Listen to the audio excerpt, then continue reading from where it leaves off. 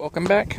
So as is with all projects, well, most all, there's going to be a few design changes with this one. I'll put a link in the description and you can check this out, but it's basically a good idea for a drip system for your garden. You can have these, they actually shut off.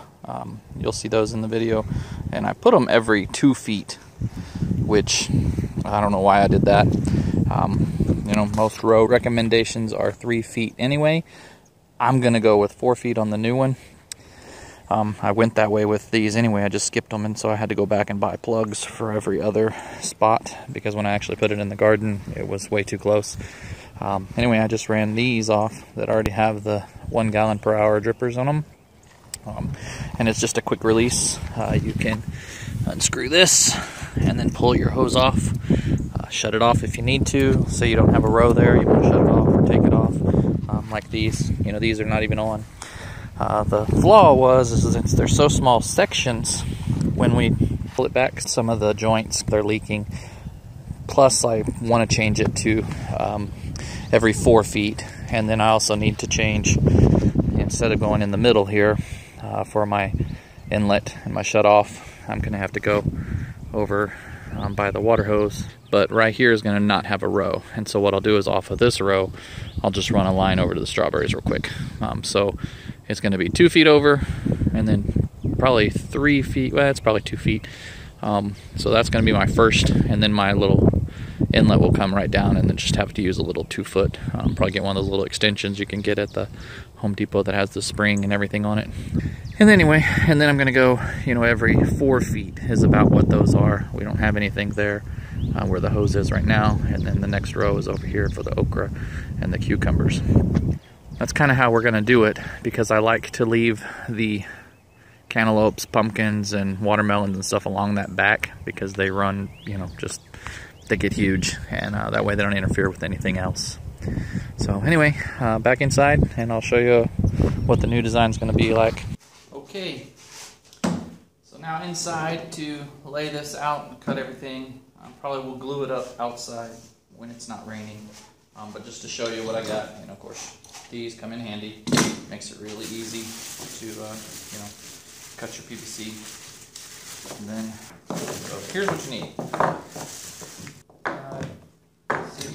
6, 7. Way down here for the, it'll go like this with the outlet going in, and then our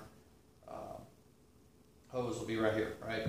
So, and then we'll come off of that, put in one of the black quick connects for the drip system into this 1/2 inch. So those are 1/2 inch. So I got 3/4 by 1/2 inch. And that'll go as an elbow down here for the end row. Then we'll come over and do a T with a 1/2 inch for the first row over here. Blah, blah, blah, blah, blah, blah. And then you finally get to the end for your last row, which is, for our case, is cucumbers, and we'll put another elbow. And so, got one of those. 1, 2, 3, 4, 5, 6, 7. Might still work out. I may only do 7 rows. So let me go. I'll have to go count. So anyway, now it's just a matter of chopping these into 4-foot sections, and then I have a lot of this extra around somewhere, and then I'll glue it up. For me, 4-foot sections. Now, for you, you can do 3 foot, 2 foot, whatever you want. I do have an idea to keep it from breaking, like I was talking about earlier. This time we're going to more permanently mount it, because I have the quick connects here. Man, people have these all over in the wrong section. None of these are screw type. Always check when you get them out of the bins. I guess people throw them back in the wrong spot, and I just grabbed and counted.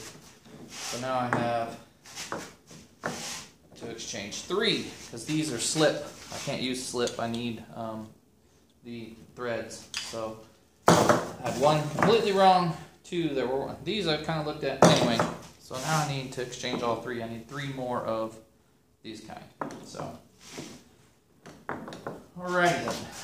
And anyway, like I was saying, you can cut yours in whatever you want. What we're going to do this time is I'm actually going to put together some 2x4s with little handles on them.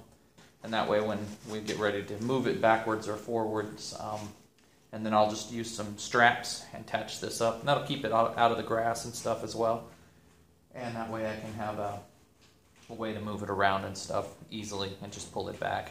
In the future, I'm probably going to just do the connect on here, because it's, for me it's only going to be 7 or 8 rows, so I can just take those drip lines up easier than moving this whole 40-foot section. And if I keep this outside, so our water outlet's right here, and if I keep this on the outside, then we can still plow and disc and stuff inside the garden there.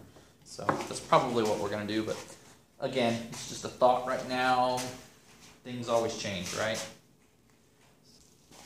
Alright, as with everything, I've learned, and you should too, to always go and double check, triple check, all that kind of stuff. So I went down there and decided, well, I got the tape measure out, I'll go and measure my rows and just make sure I'm the right distance away from my hose bib that we put in and everything. And so what I found out was that I'm really about 3 foot to the right if you go on this side. So I'm probably going to put, my rows are 5 foot, not 4 foot. So every one of them are almost exactly 5 foot, if not just a little bit more. So 4 foot would have not been right. I'd have had to kind of curve my lines. So for me, I put these up in the 5 foot sections instead of 4. Now again, this is going to be different for you, because you may have 3 foot sections, or maybe you need one every 10 feet because you have a raised bed and you're going in between beds or something. So it just depends what you're going to put them in. But basically, same thing. Just get you one of these and get you one of those little quick connects, and it's good to go.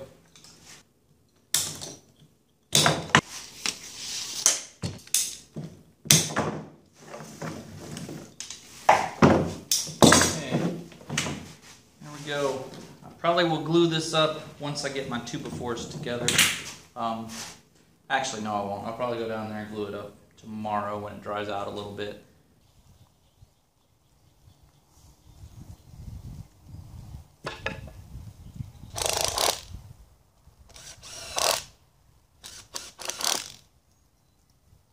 Are you at the edge? Well, at the edge of that elbow, but not at the edge of the thing. You can come down just a touch more then. Whoa. Yeah, that should be good. Alright, so I've got the board all spliced together, and it's just exactly the right length on each end. The little corner elbow just barely hangs off. So what I'm going to do now is just strap it in with a bunch of these straps and these conduit straps. I'm just going to try to make it all about at level with the top there and call it good.